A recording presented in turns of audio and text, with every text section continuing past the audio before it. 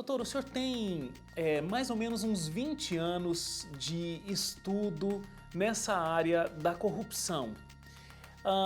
O senhor diria que a corrupção é o pior problema que um governo pode ter? Bom, a corrupção é um dos grandes e piores problemas que a humanidade pode ter, não é? Quer dizer, na realidade, a miséria absoluta que se vê, a vergonhosa miséria que se vê na África, por exemplo, em regiões do Sudeste Asiático, mesmo no leste europeu, na América Central, na América do Sul, é tudo fruto do desperdício que a corrupção acarreta aos investimentos públicos que não são amortizados. Então você aplica, por exemplo, bilhões na transposição do Rio São Francisco e a obra nunca acaba e o que está sendo feito está sendo destruído. Então o que se fez, que foi pouquíssimo, com bilhões que já se gastou, a própria natureza vai lá e destrói porque ela não tem continuidade. Então essa falta de amortização do investimento público é fruto da corrupção, dos contratos mal feitos, dos superfaturamentos, dos abandonos de obra, da não entrega, cria, portanto, um total desperdício de todas as verbas que o governo teria para outros setores e que é entregue para a própria corrupção. E a população sofre com isso porque A não tem nunca população benfeitoria. é uma constatação da OCDE, das Nações Unidas, de que a humanidade, um dos grandes fatores, talvez o maior deles, seja a corrupção dos governos que levam as populações à miséria, à fome, à ignorância, à falta de oportunidades, como é o caso, por exemplo, do Brasil, que a educação é péssima, a saúde é vergonhosa, o sistema prisional é horrível, tudo, o transporte é degradante, humilhante. Isso tudo é fruto da corrupção, além de outros fatores. Agora, Também. doutor, olhando ali para um mapa mundi, a gente pode pensar alguns países que a corrupção tem um nível altíssimo, outros países que não. Por que alguns países têm a corrupção e outros não? Existe um aspecto, existe uma ligação com punição? Então, não existe punição, a corrupção acaba sendo praticada mais intensamente.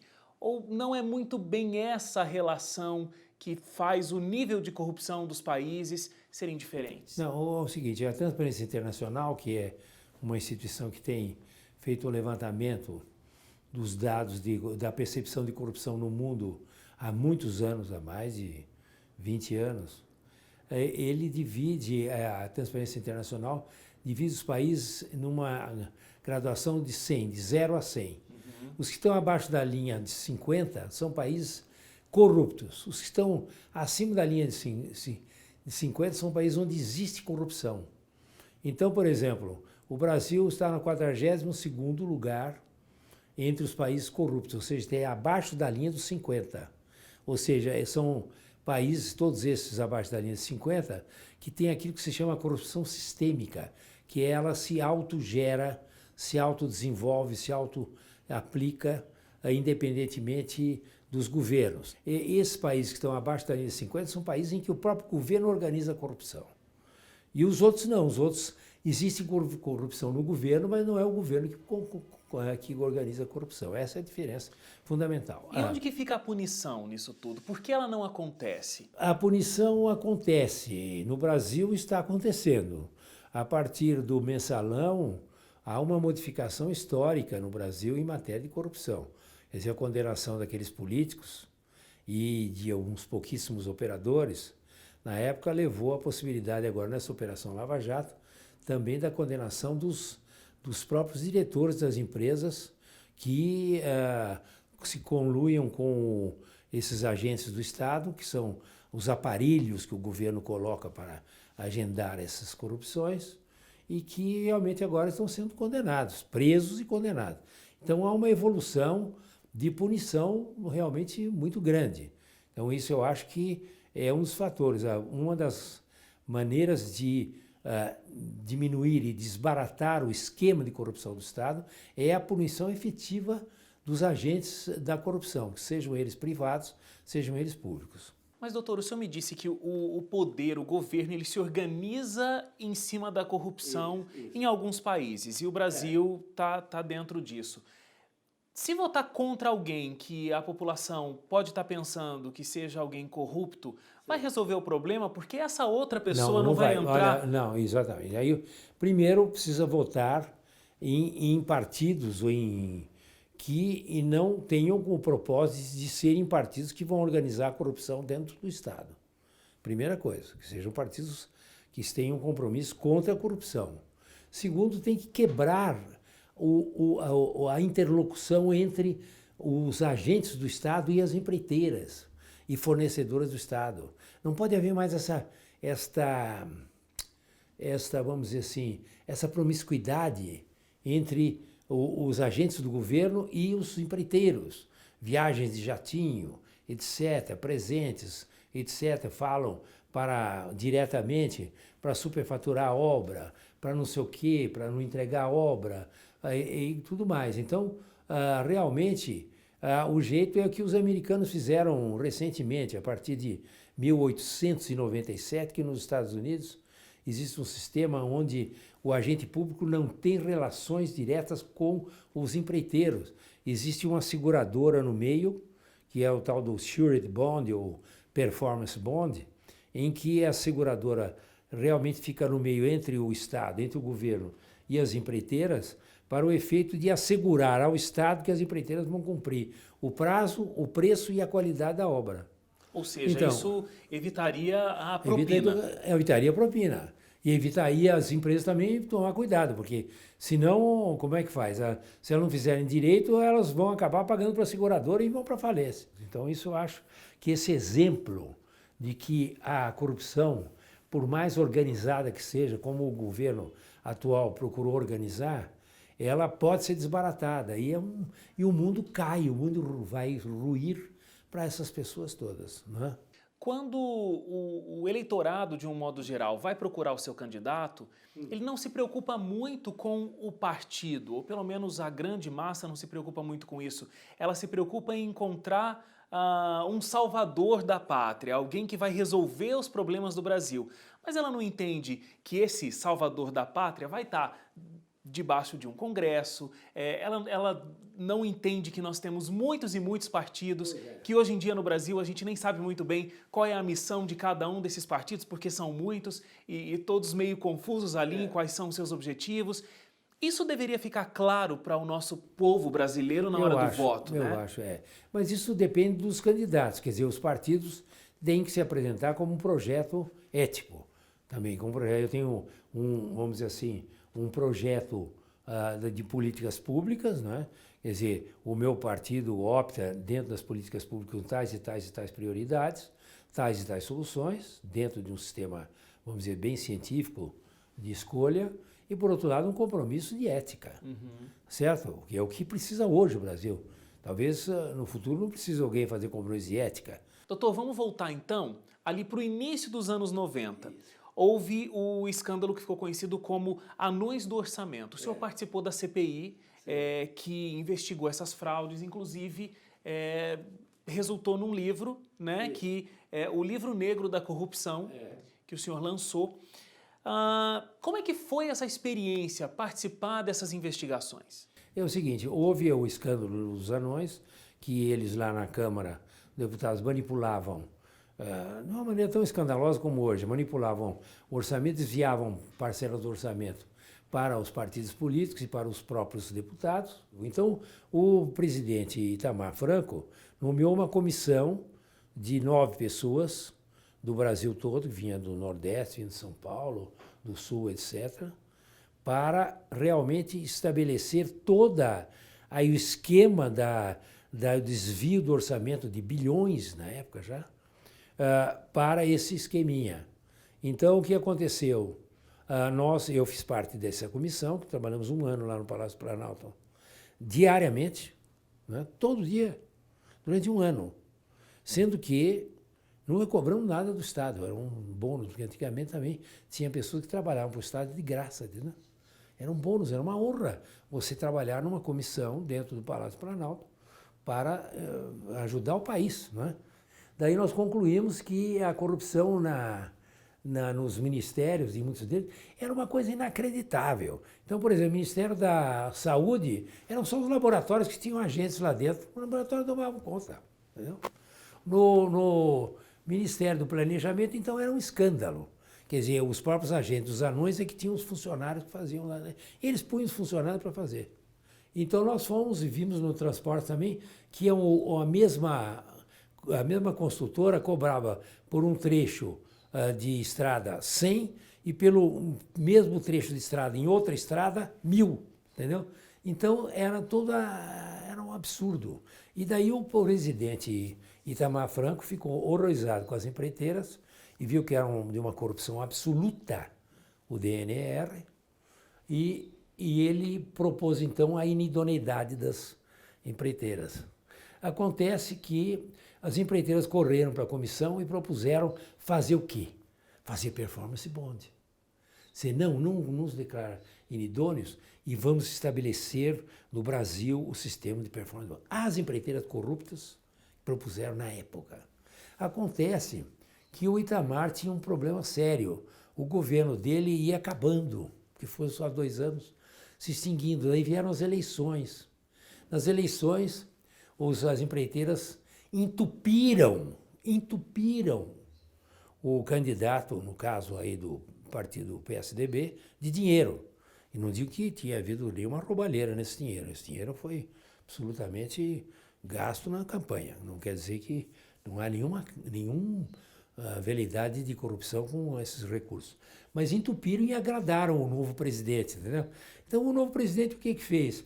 As conclusões que estão estabelecidas aí no livro Negro da Corrupção foram jogadas no lixo, entendeu? E daí as empreiteiras continuaram no governo Fernando Henrique Cardoso a nadar de braçada, né? Então é essa tragédia que, a partir da sua pergunta do livro Negro, que ocorreu no Brasil a partir vamos dizer, do governo Collor, sobretudo do governo Collor, até hoje é esse o percurso da corrupção no Brasil em linhas gerais. Doutor, vamos falar sobre a lei anticorrupção. Ela foi sancionada em agosto de 2013, está em vigor desde janeiro de 2014. Isso. Mas ela realmente tem sido eficiente? A lei anticorrupção, ela tem sido útil, ela tem sido aplicada no Brasil? Não, não tem. Porque a lei anticorrupção é fruto de tratados que o Brasil assinou com as Nações Unidas, com a OCDE, com a Organização dos Estados Americanos, que chegou à conclusão óbvia de que o grande instrumento da corrupção são as pessoas jurídicas, não são pessoas físicas. São as organizações, as grandes empreiteiras, por exemplo, que se organizam para o crime da corrupção. Então elas se organizam, elas vão lá, têm naturalmente seus diretores, etc. e tal. E daí o que o governo, com medo de perder naturalmente o esquema, de desbaratar o esquema da corrupção, que é o fornecimento de recursos corruptos para o próprio partido e seus políticos, etc., o que fez? Começou a fazer uma propaganda aí pelo marqueteiro deles, de que as pessoas jurídicas não deveriam ser punidas, porque iam perder os empregos e a cadeia produtiva ia sofrer. Com isso, a lei anticorrupção nunca foi aplicada. Fizeram, inclusive uma tentativa de adiar mais a sua aplicação, fizeram um decreto de regulamentação numa lei que não precisa ter decreto nenhum, uma lei que é auto-aplicável, portanto o decreto é uma coisa absolutamente extravagante, que neutraliza a lei. Por acaso, se houvesse necessidade por pressão internacional de aplicação da lei, já havia um regulamento, um decreto regulamentador que anulava inteiramente os efeitos dela. Basta dizer que quem iria julgar cada empresa eram os ministros de Estado do ministério onde a empresa estivesse. Ora, os ministros de Estado são os indicados pelos partidos corruptos, certo? São deputados dos partidos corruptos, tá certo? Então, como é que você pode julgar, sendo que o cara foi indicado pelo partido que está indiciado como corrupto? Então, mostra que é tudo para neutralizar. Então, é um corpo de delito esse regulamento, esse decreto, já em si é um corpo de delito, mostrando que a corrupção sistêmica, ela gera sempre mais corrupção. Então, a própria lei anticorrupção gerou mais corrupção. A lei diz que uma empresa que estiver contribuindo para a corrupção, Ah. ela vai ter então que devolver para os cofres públicos 20% do seu faturamento bruto. Isso é a multa, isso é a multa. É. Quando isso não consegue ser muito bem calculado, então o valor são 60 milhões de reais. É. O senhor acha que isso é suficiente? Não, Se não, fosse não. aplicado, seria suficiente? Não, não é, não. Não é suficiente, absolutamente. Mas dá para calcular, porque todos têm balanço. Então, acontece que a não punição pela lei anticorrupção leva a quê? Leva as empresas murcharem, sangrarem. E elas estão todas sangrando, estão todas... Algumas já pediram recuperação judicial, outras não têm crédito nem aqui no exterior. As jurisdições estrangeiras já estão em cima, já porque não pode o governo brasileiro dizer tem uma jurisdição nossa, nós já punimos pela lei anticorrupção, como não foram punidas aqui, vão ser punidas no exterior. Então elas estão perdidas. As empresas se suicidaram nesta tentativa com o governo de não serem punidas no Brasil, entendeu? É como um criminoso sem castigo. Ele fica perambulando no mundo e julgado por todas as pessoas, não pelo Poder Judiciário, entendeu? Então é assim que nós temos essa situação da lei anticorrupção no Brasil. O senhor estava falando que existe aí uma situação em que as empresas estão meio perdidas, porque não vão ser julgadas no país, podem ser julgadas no exterior. Nesse caso específico da Operação Lava Jato, onde elas não estão entrando na lei anticorrupção no Brasil, elas vão ser julgadas nos Estados Unidos? O que vai acontecer? Os Estados Unidos vão julgá-las e vão declarar a inidoneidade delas. O Banco Mundial vai declarar a inidoneidade delas. Elas vão ser proibidas de operar nos Estados Unidos. Nos países europeus também ligados vão ser proibidas. Daí os recursos que estão lá no exterior, como existem muitos processos já instaurados, sobretudo do Departamento de Estado, Departamento de Justiça, o que vai acontecer? É capaz deles congelarem também os recursos que estão lá fora. Tudo isso porque o Brasil não chegou e falou, nós temos uma lei contra a corrupção, nós abrimos um processo, o processo já está instaurado, eles têm que pagar a multa, já decidimos, porque 1 ano e meio dá muito bem decidir isso, para salvar as empresas, inclusive, eu estou falando, não é para prejudicá-las. Então, daí, chegar aos Estados Unidos, não, eles já foram julgados no Brasil, então não pode ter jurisdição fora do Brasil pelo mesmo fato delituoso. Mas não fizeram, porque é um país em que as pessoas não têm nenhum preparo para nada. O governo não tem a menor visão de nada. Mas qual foi a desculpa para que não houvesse um julgamento no Brasil e aplicada a lei A desculpa foi porque as pessoas jurídicas, elas não podem, porque daí prejudica os empregos. Então não pode. Quer dizer, nós não vamos. O que é isso? É pura prevaricação, quer dizer, eu, agente do Estado, tenho obrigação de processar alguém. Não vou processar porque, por minha convicção, a empresa não pode ser processada porque vai perder empregos e a cadeia produtiva vai ser prejudicada. A cadeia produtiva já está liquidada. Os empregos já estão liquidados. As empresas já estão sem recurso nenhum. Os recursos que têm, os financiamentos não vão ocorrer mais, nem do BNDES, né? Então, por quê? Porque elas são aquilo que se chama o crime sem castigo. O crime sem castigo é a pior dos mundos. Você tem que ser purgado do crime que realizou. Ô, doutor, e a lei anticorrupção com relação aos partidos? Ela pode punir partidos? Bom, olha, essa pergunta, você é um jornalista muito bom, as perguntas tuas são formidáveis, mas essa é a melhor delas. Pelo seguinte, a lei anticorrupção realmente exige que os partidos políticos, como pessoas jurídicas de direito privado que elas são, sejam realmente processadas e se verificado, condenadas. Nem se cogita disso no Brasil. Não se cogita nada. Nunca ouvi dizer de nenhum partido condenado. E nem cogitado de ser processado. Quando, na realidade, pela lei anticorrupção, os partidos políticos deveriam ser processados pela lei anticorrupção. Ninguém fala nisso. Você é o primeiro a fazer perguntas sobre isso.